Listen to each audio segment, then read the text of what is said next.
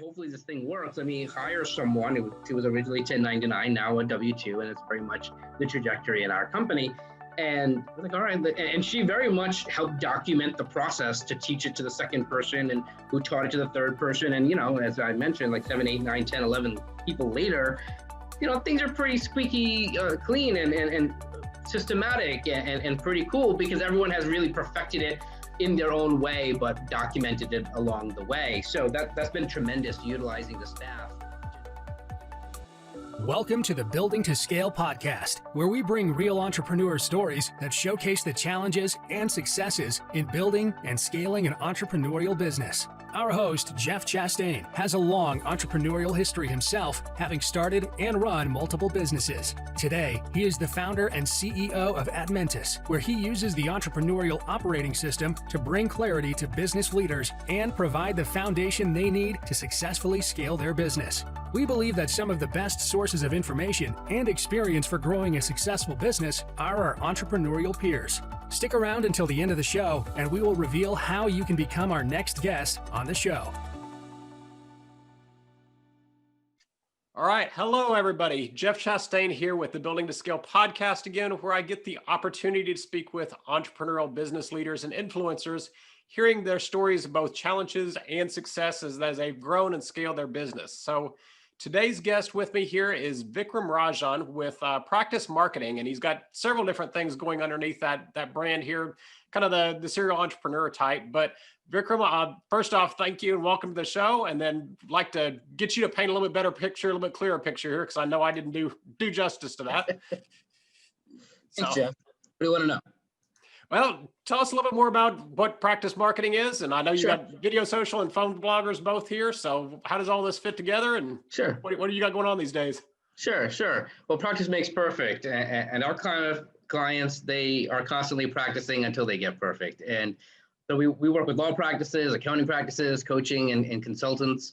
And they need to stay top of mind with their referral relationships. That's how they get their business. And so that could be current clients, past clients, strategic alliances, networking colleagues, and for them to stay top of mind, they have to push out content, be it on their website, their blogs, through search engines, but very often, more importantly, through their social media platforms, through their email newsletter.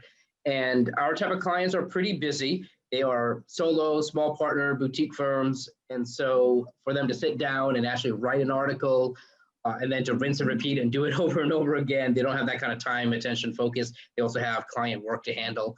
So at Phone Blogger, we interview them over the telephone. They talk about a topic for 5 or 6 minutes. We audio record that, transcribe that into text, and finish it up into an article that is their personality. So it's their words and their expertise. We just make sure it's within their compliance and other type of disclaimers like attorney advertising rules and all that. With their permission, we then publish it on their blog site, on their social media, their email newsletters. But I'm sure you've noticed, Jeff, that the world of the internet and internet marketing has become very video centric, and all these platforms from Google to LinkedIn, their algorithms prioritize video, which means they push up video posts, consequently pushing down the written articles. And so February of 2019, we started another service called VideoSocials, which is a fun community, very similar to Phone Blogger, very similar type of clients, your boutique, solo, partner, lawyers, accountants, coaches, consultants. But we come together on a Zoom call, about 7 or 8 of us. In about 45 minutes, we each take a turn to record a video blog and then get feedback from one of our peers of what we did well, what we could have done differently, what was memorable, who do I know that I could share your video with. And then as a presenter, I then give that same type of feedback to the next presenter, who gives it to the following presenter. And so it goes the round table. And that's part 1 of VideoSocials. And then we developed automation software to brand the video with a headline and caption subtitles. And we're programming partners with YouTube and Facebook Live and LinkedIn. So they're able to push the right button and get their videos posted, bringing them back top of mind with their referral relationships and potential clients. And they can go back to their library and repost repeatedly, really easily. And our members get to know one another really well. So we're not really a networking group, but the networking comes as a nice byproduct where our members are inevitably liking and sharing each other's videos really out of friendship and professional relationship. And, it's kind of that the more you share others, the more others will share you, that kind of golden rule of networking. And everyone benefits from that multiplier effect. When I share your video, Jeff. Obviously, it's great for you. You bring top of mind to my circle of influence, but I benefit from your video. I come top of mind to my circle because of you. And LinkedIn and Facebook and all these platforms, they prioritize video posts, as I mentioned, but they even more so prioritize it when you share somebody else's content. That's the interconnectedness of social media. And so that's Video Socials in a nutshell. It's all under the practice marketing umbrella, but phone blogger, written content, Video Socials, video on socials, video blogging together. Makes sense. So yeah, it's even just the podcasting platform here. It's like everything used to be audio, and we're starting to see more and more of those turn to video like this. So yeah, it's definitely a push towards video. Yeah, it's a waterfall effect, right? You get this video, and now you can turn it into an audio podcast. And then for our type of members, they're able to push a button, and Alexa transcribes their video into a written article. So for us, it's like full circle. They go from video to back to kind of phone blogging at a push of a button. Now that Alexa can automate things. Yeah, no, it's seeing a lot of those technologies. That's cool amount of automation and stuff we're putting into this now these days. It makes it a lot easier because as being a small practice and I need to go do marketing. I need to go do all this stuff as well. It's just like the amount of time, and to a large people, the amount of technology that it takes putting into that kind of stuff is just way over them. It's like their lane, their specialty was technology or was medical or was whatever. It's like I'm going to do video blogging. How in the world am I going to do this? Yeah, we're a huge proponent of automation. We're a huge proponent of the compounding of time, like multi-use of time. If you can't delegate, at least you can do 2 or 3 things at once, or get 2 or 3 pieces of content out of the same thing. So it's, you want to be able to get multiple use out of the same 45 minutes. And that's how we do it at Video Socials. Yeah, makes sense. So backing up a little bit, kind of give us a little bit more of your story, your entrepreneurial journey. How did you get to where you are today, founding this? Because you're co-founder, at least on this company. Yeah. So I started off as a solo marketing guy and as a consultant, and I like it, though I get frustrated when people don't have the focus to do what I'm telling them to do. It gets really frustrating and tiresome, and then as I say, the bad student blames the teacher. And so it became really frustrating. I said, look, I know I got to get them out of their own way. I just need to push them out of their own way and just get it done for them. Because I can't really blame the client. They're busy. They've got their client work to handle. They've got personal family stuff to deal with. So marketing goes on the back burner, and it's that yo-yo effect or feast or famine. And I'm sure you know this, Jeff, that marketing is all about consistency, and it's just kind of rinse and repeat. And habit, accountability, discipline, that can be really boring words for a lot of people, and people fall into a rut. And so my partner, Mark Bullock, when we were growing our consultancy, I became full. My book of business of one-on-one clients got filled up. I ended up helping Mark fill up his calendar. And then I was like, all right, now what? What are we going to do? Are we going to kind of build that pyramid scheme of a traditional firm and hire junior associates and do that kind of thing? Or are we going to find some other value that we can provide for our clients? And that's really what we did with Phone Blogger. We said, well, how can we get these articles written for our clients, but make it so that we can help their personal brand shine, their thought leadership, their subject matter expertise really come out. We're not a huge fan of canned content. Sometimes people have to do it because that's their budget. But for our type of clients, they really distinguish themselves to their excellence, and we really want their personality to come through, not just a commoditized expertise. And so the easiest way we had back then, this was about 10 years ago, Jeff, was, all right, let's just hop on the phone. Things like Zoom wasn't really there, and video wasn't kind of a normal thing. So we said, well, if we can get them on the phone, well, we got their audio, and then we could turn that into a written article, and we can kind of turn that out, lack of a better phrase, but still make it custom and still make it tailored to who they are as people, as professionals. And that was great. And we have clients around the country and staff around the country. And then, for us, Video Socials is really just the next step of scaling, because now we're a community, we're software automation, and it's for us, it's just another medium, it's video. But as I said before, video turns into text very easily. And so I went from a solo professional to a partnership with Mark, and I enjoy being in partnerships. I enjoy the leverage and the scale that I get from teams by having staff, having even 1099 contractors in addition to the W2 staff.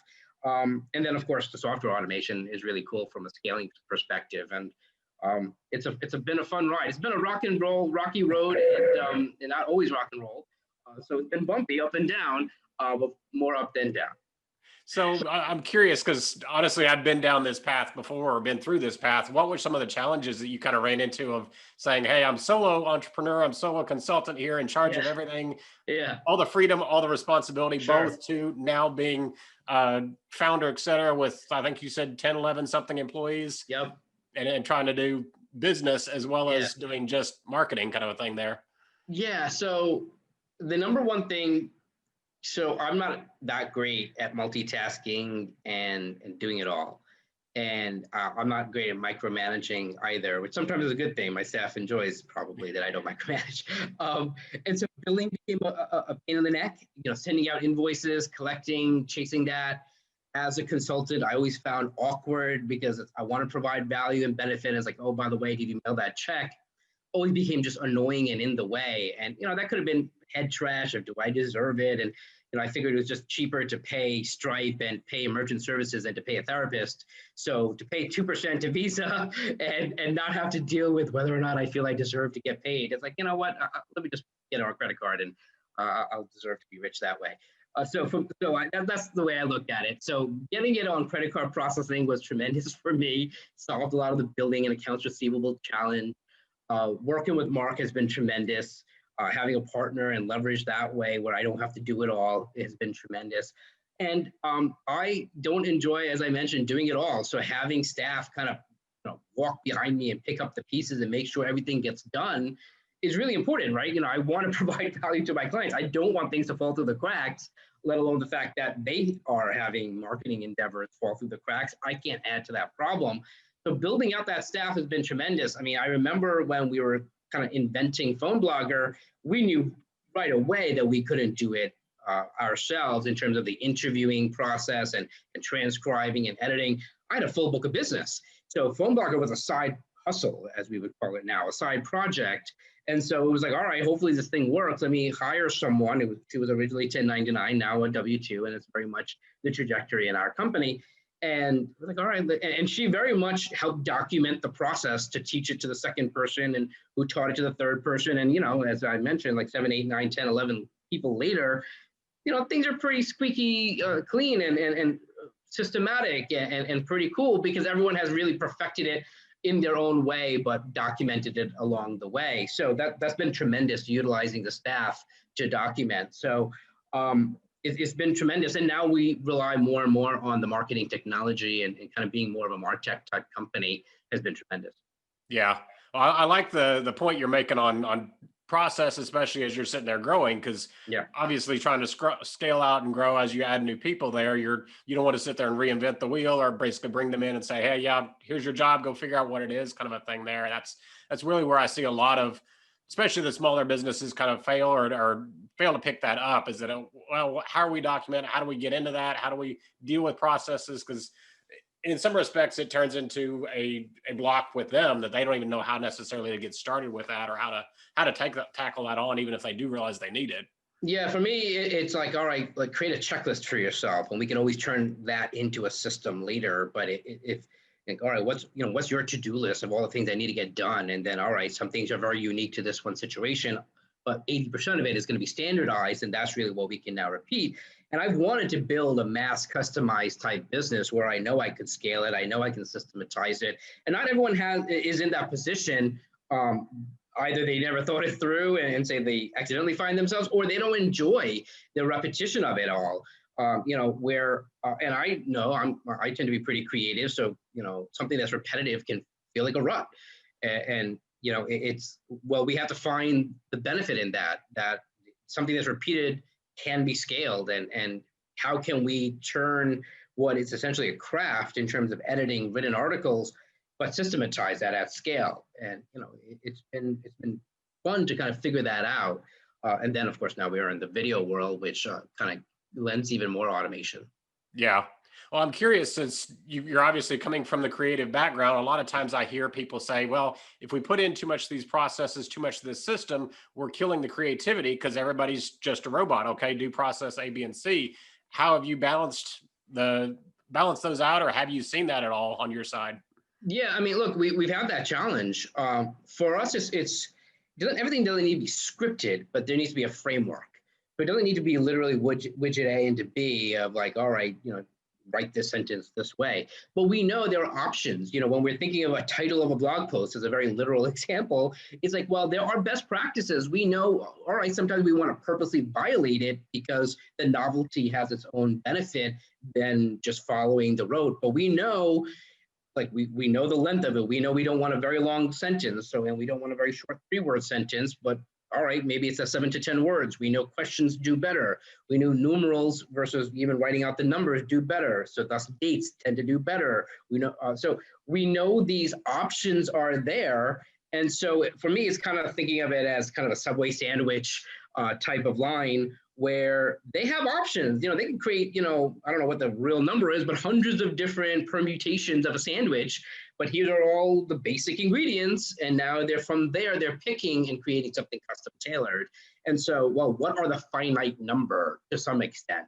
And if it's not literally exhaustive to be all the exact finite, well, you're like 90% of the way there. And it's like, all right, if you're like 80 to 90% of the way there of systematizing, knowing that you've got 10 to 20% of freedom and flexibility, well, that's a heck of a lot better than like 0. So I think a lot of people just kind of throw up their hands. Oh, it can't be because it's all custom. It's like, well, that's just not true. They figured out, if rocket scientists and brain surgeons can go through a systematic curriculum, then we can go through a systematic curriculum as well. That we can figure it out. And woodworking, as a craftsmanship, can go through a curriculum. And there's still artistry, so artists can go through a curriculum, and nonetheless, that actually gives them more ability to be productive with the creativity and not just random. So Yeah, frameworks and checklists, and it worked itself out. Yeah, no, I'd like the way you're saying that, because really what we'll end up working with, or we'll end up working with clients, is what we refer to it as the 20-80 rule, to say document the highest 20% of the steps to get you 80% of the way there. And, and a lot of times I'll put it like in a sales kind of model to say, hey, you don't want to sit there and regiment every detail of your sales staff. You say, hey, you've got to make 20 calls today because it may not be their expertise. It might be their expertise to go to a networking event or do face-to-face coffees or whatever. It's like, what you really care about as a business owner is the results, not necessarily how you go from step A to B. As long as you can get those high points, the requirements to deliver the quality of service right, does it really matter how you get to those steps? And that still encourages that kind of creativity, that you can bring people in and still allow them to have the creativity. And if nothing else, allow them to show you other ways that, hey, we could improve on this kind of thing. Exactly. Yeah. And we're totally open to that. We want to hear the other options, or, what have you thought of? I think about, the artistry of it, that there's a finite palette of colors, basically these 7 colors of the rainbow. And yes, there are I don't know what it's called, right? When you mix the colors, my 4-year-old probably knows what that word is. There are the primary colors and there's the complementary colors. Nevertheless, you can mix red and blue and get purple. You can get what are the yellow and blue for green. So you can mix the colors, but it's these 7 basic colors. And it was kind of fascinating that my wife was literally able to create brown using the 3 colors of creating brown. So I'm very fascinated by that actually the stuff works. So using a systematic approach, you can have an infinite creativity using a finite framework, which is very fascinating. Not that I figured it all out, but not to get too heady and philosophical, but once we start thinking about that, our business becomes much more interesting to create a system around. Yeah, and I really like hearing that you've got the creative side with the process side and see both of them. So shifting a little bit, we're obviously recording this right now on the tail end of 2020, still dealing with all this pandemic stuff. What's since probably February till now being November, what's changed, or what's changed with your business, or has anything really? How has this impacted your business, or what have you had to do? Yeah, we're a remote workforce. We've got staff in about 6 states here in the U.S. So we're native to Zoom with VideoSocials. So PhoneBlogger took a hit. It's at a higher ticket, and as some of our clients had to cut back because they took a hit, so PhoneBlogger ended up taking it. But VideoSocials, we probably started just under about 50 members, about 30, 40 members, I would say, in February, We're just shy of 130 here in November. We'll probably end with about 150, if not more, members in about a dozen states. So we've grown well. And it's bittersweet to think about because we know people have had to run to Zoom and run to video and kind of embrace this, whether they want to or like to or not. But we're a comfortable and fun solution for people to get good at the world of video blogging on social media and to see the results and to kind of tap into the community effect and tap into the automation effect of our software. So we've done well. We've had very little adjustment to be made because by nature, I work from home. I enjoy working from home. So from that aspect, it's been all right. But of course, I'm sensitive to the fact that a lot of people are suffering economically and health-wise, and so it's tough. So I don't want to be too complacent or too giddy. I recognize the bittersweet of our growth, but we don't see it stopping. For us, we knew there's a groundswell of video blogging on social media with all the algorithm changes. This created the tsunami, and knock on wood, this time next year we'll kind of be over it with vaccinations are already implemented by, let's say, November of 2021. But I think a lot of people will then find working from home, being remote, virtual, mobile, video on socials, now forced to be in this world. They're going to get used to it and they're going to see the value and the benefit and will choose it versus, and from that aspect, I think it'll be even better because right now we don't have, especially here in New York City, we don't have a lot of options of being in person. I used to do a lot of in-person networking. That's just not available to us and probably won't be until the summertime, after vaccinations kick into full gear. And at that point, yeah, people will find it very refreshing to see people in person again, but then it will be equally refreshing that maybe I don't have to see everybody in person. I can have maybe 80% of the way there on Zoom or some type of video conversation and still kind of get the body language and the feeling and the tone and maybe won't ever be as good as the real thing of being in person, but it also saves a heck of a lot of travel and all the nuisance and headaches of the other logistics. So from that aspect, I think the scalability, the efficiency, and the effectiveness will kind of outweigh. And I think video communications is obviously here to stay. I think there's been a groundbreaking change, a shift that I don't think will ever go away. It was heading in that direction to begin with. This, of course, accelerated it and cemented it. And hopefully we're better off, through and through. Yeah, no, I've seen a lot of that going on, and a number of companies I work with just saying, hey, why are we paying for the big downtown office anymore? We've basically proven this works for the last 6 months, kind of a thing there. So it's definitely seeing a shift that way. But yeah, technology, to a large degree, many of the technology companies, especially smaller, were already virtual. So we've kind of been set up for this already. So I'm curious because I have been hearing from a lot of companies now, the move to virtual, all of a sudden with them, you're used to having face-to-face meetings. You're used to being able to talk to the person in the break room or the next cube over. From a culture perspective, what do you guys do from building a culture or building that kind of engagement within your employees where it's not just on the other end of a Zoom call or a video call kind of a thing there? Yeah, so we use a corporate instant messenger. Why am I forgetting the name of the one that everyone uses? The really big Silicon Valley darling that has like a lot of communities. Starts with Slack? Slack, thank you. Yeah, okay. Slack. So we don't use Slack, obviously. So we use a competitor to Slack called GLIP, GLIP, that got bought out by Ring Central last year. Very similar. It just doesn't have that full ecosystem that Slack has of Slack channels and conferences having Slack channels and all that. So we lose out on that external ecosystem. But internally, I remember when we implemented it, it was really because like so many of us would be CC'd on every email, and we just really a pain in the neck. And I was like, oh, I wonder if we should use something like Slack. And honestly, I couldn't figure out the Slack interface. And I'm pretty tech savvy. I went there and I had no idea what I was doing. I'm like, man, and I'm a geek from high school days. I'm like, I have no idea what I'm doing. I'm like, this is way more complicated than I think it should be. Like, I didn't know if I was doing something wrong. And then I found GLIP, and there's some, there are other competitors. It's a corporate instant messenger. It sounds like you know what it is. And I was like, yeah, this is awesome. Let's try it. It was probably a fastest hit, so to speak, internally. And I'm like, all right, let's give it a month and let's see if the fad, fades. But to this day, it is our #1 water cooler chat. It's the way we say happy birthday to each other, and kind of the what's up and the happy Thanksgiving and all that stuff happens on Glip, saving email for the more kind of lengthy communication, usually with clients. But we can go back and forth and kind of avoid the salutations and the niceties, so to speak, but still have a casual conversation and be fun, so to speak, and kind of use the emojis and the GIFs and the things that are fun in the modern workplace.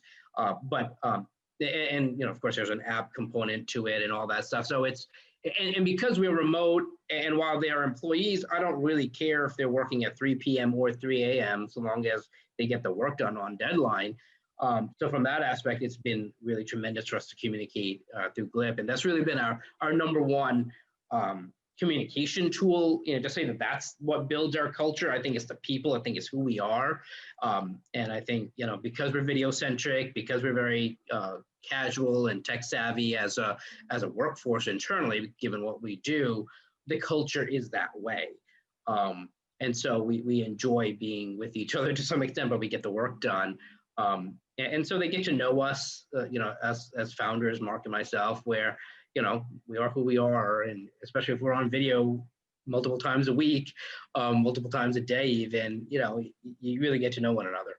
Yeah. Well, I like it's a couple of different things they're saying of yes, the open kind of just fun communication that, like you said, it's not quite as formal kind of a thing, but also, like you said, for you and Mark both being just kind of open and transparent there that, hey, this, like you said, this is who we are. This is the house, et cetera, kind of a thing. It's the personal side rather than the old school corporate kind of, hey, this is set up here, the top floor, nobody can get to or talk to anybody. It's building that kind of mentality of, hey, just open, honest, we can have a conversation here. So that's good. Yeah. I mean, they have access to my calendar. I mean, they have access through Calendly to book an appointment, but everyone sees my Google Calendar, so they know, I'm not slacking. So, from that aspect, I may not do their role, but they don't do my role, but they can see that all right, I'm doing something all day. So from that aspect, we try to be as transparent as possible, that it's like everyone pulls their weight in different roles. Yeah, cool. So taking a quick peek into the future, what do you see here in the next 5 years or something like that? Technology is definitely, it's hard to predict that far out, but still, what do you see in the future coming for VideoSocial, et cetera? Do you have a next project on the line, or No. We're scaling VideoSocials. I mean, the way we look at it, we pay tremendous homage and respect, looking at organizations like Toastmasters, which is a global organization for public speaking practice.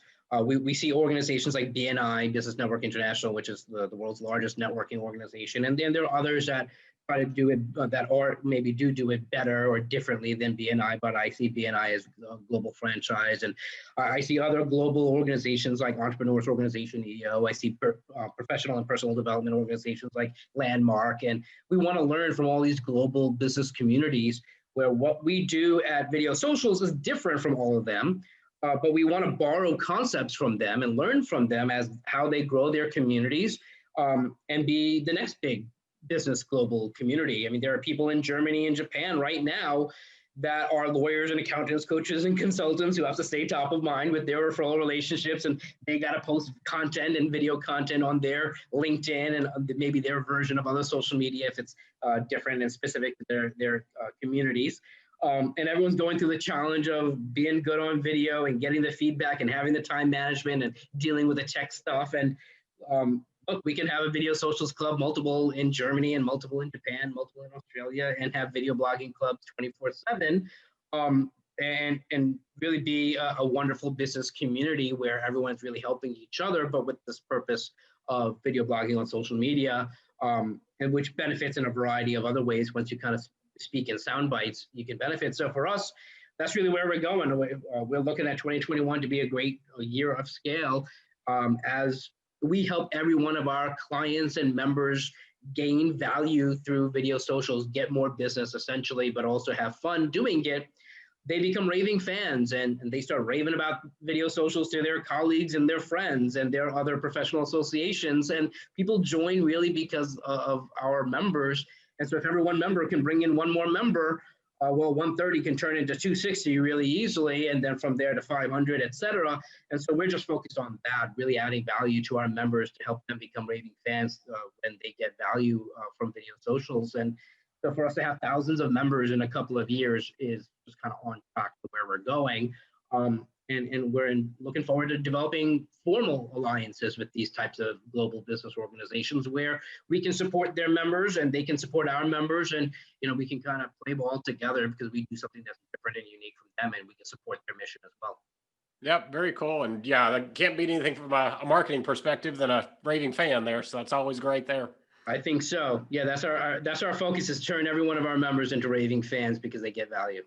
Well, sounds great. So I'd hate to cut you short. I've enjoyed the conversation and everything, but I can't go on too long here. One last question is simply just where can we, obviously, if somebody's more interested in VideoSocials, where can we go learn more and join on? Yeah, I appreciate that. Yeah, the easiest is for them to go to the website. So they go to VideoSocials, that's plural, VideoSocials.net. And it's relatively easy. In the top right corner, it says be our free guest, and they can be one of your guests and kind of come on a VideoSocials roundtable. The members are going to go first, so there's no pressure. We don't put any pressure on guests to present a substantive topic. The nugget of knowledge, the way members come prepared with 2 or 3 bullet points. As a guest, they could just simply introduce themselves the way they would at a networking group, but it gets recorded so that they could potentially even use it as a video blog on social media, on their website, etc. If they want to chat with me, it's relatively easy. On the lower right-hand corner of VideoSocials.net is a chat box. It's not a bot. It's not a robot. It's a chat box. It's a messenger that's on my phone as of November of 2020. And when it gets really annoying, when this podcast comes out, Jeff, I know I'm going to have so many people responding that I might get someone else on staff to handle all the response. But until that point, they can literally chat, and it comes directly to my cell phone. And I love chatting with people on the website. That's like someone coming into my store, right? What else do I do with my time than talk to a potential member or even current members and help them out? So it's a lot of fun for me. At all hours of the night, I say, look, it doesn't matter what time it is. At 3 a.m., I'll wake up and I'll chat with a potential member, at least by chat, if not by voice, because I serve my wife. But yeah, that's the easiest way to get a hold of me. Yeah, very cool. So yeah, I'll definitely have to check it out there. So appreciate the time, appreciate the conversation and just the learning experience. It's always nice to hear from other entrepreneurs. So I appreciate it there. Thank you, Jeff. Thanks for listening to this episode of the Building to Scale podcast. If you would like to share your entrepreneurial business growth story, please visit buildingtoscale.com/guest. If you got something out of this interview, would you do both us and our guest a favor and share it on your social media accounts? Don't forget to hit subscribe in your player so that you don't miss any future episodes. And make sure to reach out to Jeff Chastain on the social networks. To learn more about what we are doing and how it might benefit your business, check us out at admentis.com. Thanks again for listening.